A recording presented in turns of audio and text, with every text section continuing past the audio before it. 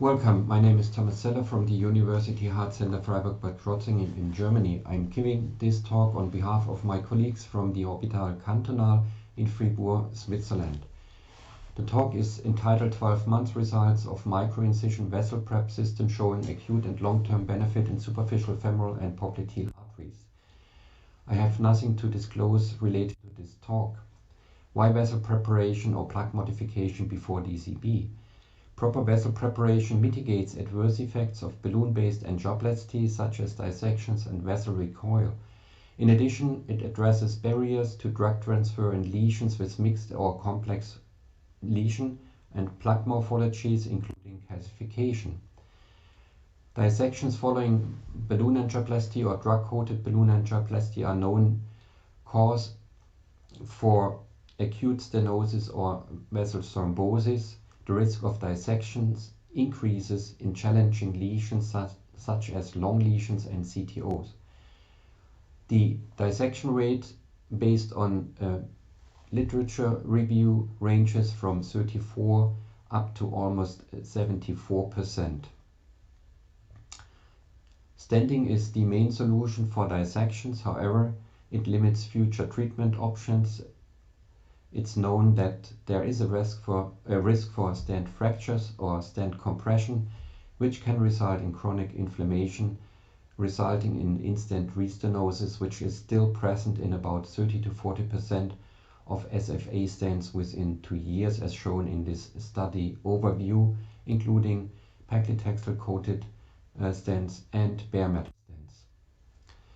The Flex Vessel Prep System is a device for vessel preparation designed to induce micro incisions. The first step of the procedure is crossing the lesion with a guide wire to advance the device distal to the lesion and then to expose 3 plates to the vessel wall.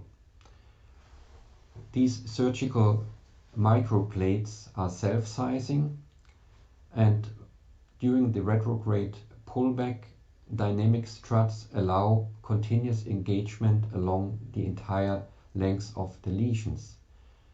Microincision plates create circumferential controlled depth continuous microincisions, and finally releases circumferential tension, improving vessel compliance, enabling luminal gain and minimizing vessel trauma and complications seen with high pressure balloon dilatation or atherectomy. These microincisions are in average in creating incisions in a depth of 0.25 millimeters as shown by these OCT images. The study is an investigator-initiated retrospective single-center study including patients presenting with Rutherford class 2 to 6 and de novo lesions of the SFA and popliteal arteries of at least 70% diameter stenosis. Vessel preparation with circumferential longitudinal microincision was performed prior to PTA, DCB, or stent on indication placement. If a DCB was used, it was exclusively the freeway balloon from Eurocore. Patients with mean age of 72 years had been enrolled. Hypertension and smoking history had been the main prevalent risk factors. Diabetes was present in 34% of the patients. Mean lesion length was about 20 centimeters with a maximum lesion length of 48 centimeters. Total occlusions had been present in 34% of the cases. DCB angioplasty was applied in about 94% of all interventions. Dissections had been present in about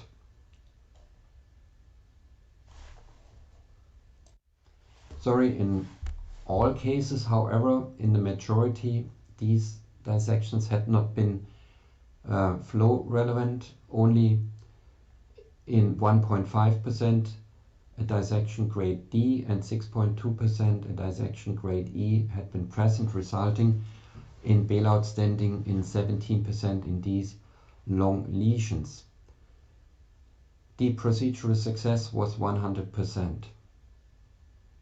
At 12 months, freedom from reintervention was 92% in 44 of 48 patients having been available for follow-up at its time point. There was a consistent improvement of Rutherford category. In summary, freedom from reintervention at 12 months after combination of microincision, vessel preparation followed by mainly DCB angioplasty. Mean lesion length was 20 centimeters.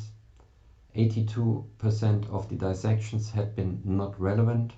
Stent rate was about 17% in these complex lesions, and the DCB was used in 93% of all cases. So in conclusion, long complex lesions benefit from plaque modification, from continuous controlled depth circumferential microincisions. It minimizes vessel trauma, reduces number and severity of dissections. It reduces the need of bailout stenting and potentially facilitates drug diffusion to vessel wall. Plaque modification with microincisions may improve acute outcomes that lead to better long-term outcomes in peripheral artery disease patients. Further prospective study is warranted and on the way. I thank you for your attention.